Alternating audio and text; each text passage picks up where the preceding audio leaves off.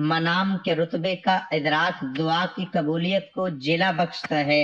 اگر دینے والے کے رتبے کا اندازہ ہو جائے تو مانگنے والے کے لیے یہ فیصلہ کرنے میں آسانی ہو جاتی ہے کہ مانگنا کیا ہے، کرامت، اعجاز، معجزہ، کرشمہ یا پھر نوازش اور عطا غیر معمولی امر ہے۔ وحدہ لا شریک ذات نے اس کا بھی ایک فارمولہ رکھا ہے۔ جو ہی آپ توکل کی سیڑھی پہ پہلا پاؤں رکھتے ہیں اور رضا و تسلیم کی منزل کی جانب اپنے سفر کا آغاز کرتے ہیں تو آپ کا دوسرا پاؤں ابتلا اور آزمائش کی سیڑھی پر ہوتا ہے۔ جب اللہ نے کوئی بڑا انعام دینا ہوتا ہے تو وہ ہمیں صبر کی کسوٹی پر پرکھتا ہے، آزماتا ہے اور کامیاب ہونے پر انعام و اکرام سے نوازتا ہے۔ پرکھنا اس کا وصف ہے اور کامیابی اس کی عطا۔ پھر وہ ہمیں مانگنے کے آداب سے بھی متعارف کرواتا ہے اور اپنے فضل کی بارش سے ہماری روح میں جل تھل بھی کرتا ہے۔ آپ توکل کے سفر میں کسی بھی مقام پر اپنے اعتقاد کو ڈگمگانے نہ دیں۔ ہماری آزمائش اور ہمارے سفر میں صبر سے اٹھائے جانے والی مشکلات کا اجر ہمیں کسی اور صورت میں سفر کے دوران کسی اور مقام پر عطا کر دیا جاتا ہے۔ راستہ اور سفر اگر جانب منزل ہو تو دوران سفر ہی منزل کی بشارت اور نوید مل جاتی ہے۔ شرط یہ ہے کہ یقین کامل رہے۔ اللہ یقین کا نام ہے۔ جو ہی ہم اپنے یقین کو اس مقام پر لے آتے ہیں کہ جہاں ہمیں اس بات پر آگاہی ہو جاتی ہے کہ جو ہو رہا ہے اچھے کے لیے ہو رہا ہے اور اللہ کی مصلحت پر تسلیم برضا ہو جاتے ہیں تو ہماری زندگیوں سے اضطراب ختم ہو جاتا ہے۔ اللہ کے حکم اور ہماری تسلیم کے درمیان جو فاصلہ ہے اس کا نام اضطراب اور بے چینی ہے۔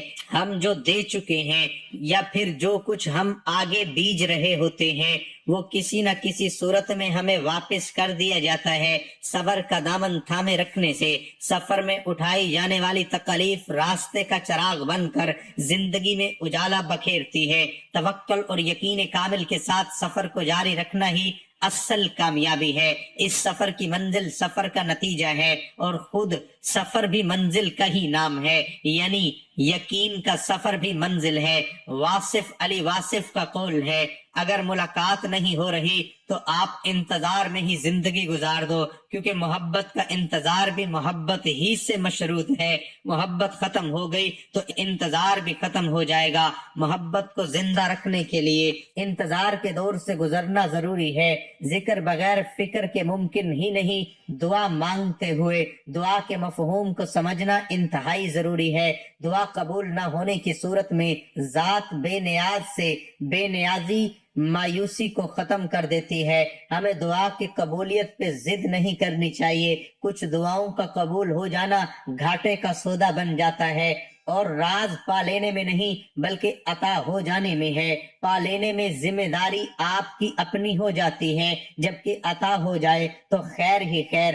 دعا اور قبولیت کے درمیان کا جو عرصہ ہے وہ محبت کا ہی دور ہوتا ہے۔ پھر عطا ہو جائے یا قبولیت کی منزل پر جاری سفر کی طوالت کو بڑھا دیا جائے، محبت کا قائم رہنا ہی یقین کامل کہلاتا ہے۔ انسان اپنے معاملات کے حصول میں، اپنے مسائل سے نجات کی کوشش میں یا پھر اپنی خواہشات کی تکمیل کے معاملے میں اللہ کے حکم کا محتاج ہے۔ انسان بے بس اور لاچار ہے۔ ہم ہرگز کسی بھی معاملے میں بے نیاز نہیں، اور جہاں انسان اپنی طاقت اور زور کے باوجود بے بس اور لاچار ہو جاتا ہے وہاں انسان دعا کا سہارا لیتا ہے۔ وہاں انسان اللہ کی قدرت کے آگے ناچار ہو کر اپنا معاملہ اللہ کے سپرد کرتا ہے۔ یہ وہ مقام ہوتا ہے جہاں انسان اپنی نیراس اور محرومی اللہ کے حضور پیش کرتا ہے اور التجا کرتا ہے کہ اے اللہ، ہم تیری قدرت کے آگے بے بس ہیں، تو ہمارے لیے آسانی فرما،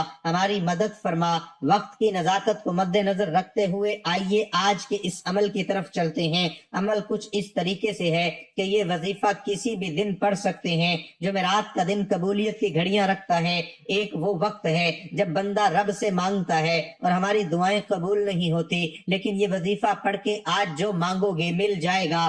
آج لاپرواہی نہ کرنا۔ انشاءاللہ جو لوگ ٹھوکروں سے محتاجیوں سے بچنا چاہتے ہیں وہ یہ وظیفہ لازمی کریں۔ باوضو مصلی پر بیٹھ کر آپ نے سب سے پہلے اعوذ باللہ من الشیطان الرجیم بسم اللہ الرحمن الرحیم پڑھ کر وظیفے کا آغاز کرنا ہے۔ ایک بات یاد رکھیے گا کہ آپ یہ وظیفہ کسی بھی وقت کر سکتے ہیں۔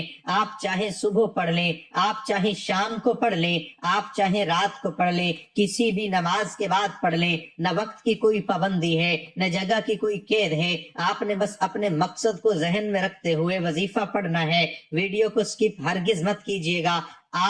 اگر آپ واقعی ایک بار پڑھنے سے ہمیشہ کے لیے تمام وظیفوں سے جان چھڑوانا چاہتے ہیں تو باوضو مصلی پر بیٹھ کر ایک بار اعوذ باللہ من الشیطان الرجیم بسم اللہ الرحمن الرحیم پڑھ کر اپنے مقصد کی نیت کرنی ہے۔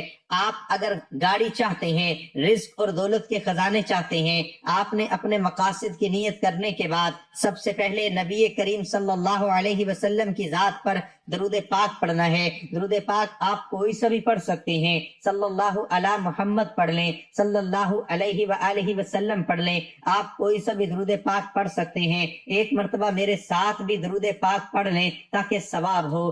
اللہم صلی علی محمد وعلی آل محمد کما صلیت علی ابراہیم وعلی آل ابراہیم انک حمید مجید۔ اللہم بارک علی محمد وعلی آل محمد کما بارکت علی ابراہیم وعلی آل ابراہیم انک حمید مجید۔ درود پاک پڑھتے ہی آپ نے سب سے پہلے نمبر پر وظیفہ پڑھنا ہے۔ وہ وظیفہ ہے اللہ کا ایک صفاتی نام ہے۔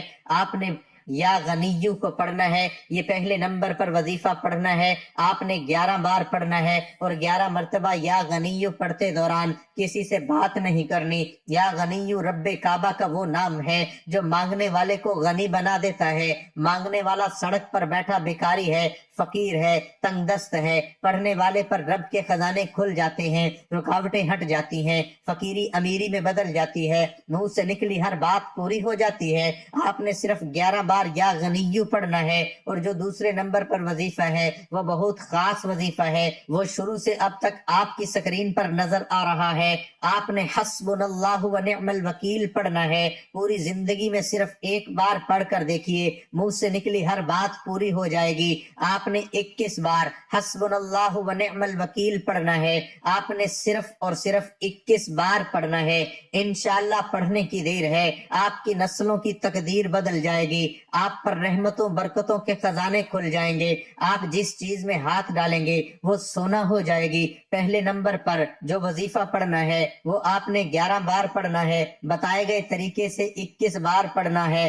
اب تیسرا اور آخری وظیفہ استغفر اللہ، استغفر اللہ، استغفر اللہ کا وظیفہ ہے۔ استغفر اللہ کو پڑھنے کا مقصد یہ ہے کہ اتنا طاقتور وظیفہ پڑھنے کے بعد یہ نہ ہو کہ گناہوں کی پکڑ ہو جائے اور آپ کی حاجات، آپ کی دعائیں ضائع ہو جائیں۔ استغفر اللہ کو 11 بار پڑھنے سے کبیرہ صغیرہ گناہوں کی بخشش ہو جاتی ہے۔ جس بندے کے گناہوں کی بخشش ہو جائے اس بندے سے رب راضی ہو جاتا ہے، اور جس بندے سے رب راضی ہو جائے پھر اسے مانگنا نہیں پڑتا، اسے سب کچھ مل جاتا ہے، پھر اس کے منہ سے نکلی ہر بات پوری ہو جاتی ہے، پھر جس چیز میں ہاتھ ڈالو گی وہ سونا ہو جائے گی۔ تو اس کے لیے آپ نے یہ کام ضرور کرنا ہے کہ آپ نے اپنے ہاتھ سے صدقہ خیرات لازمی کرنا ہے۔ آپ کو جتنی توفیق ہے 10 20 50 100 جتنی توفیق ہے اپنے ہاتھ سے صدقہ خیرات لازمی کیجئے گا۔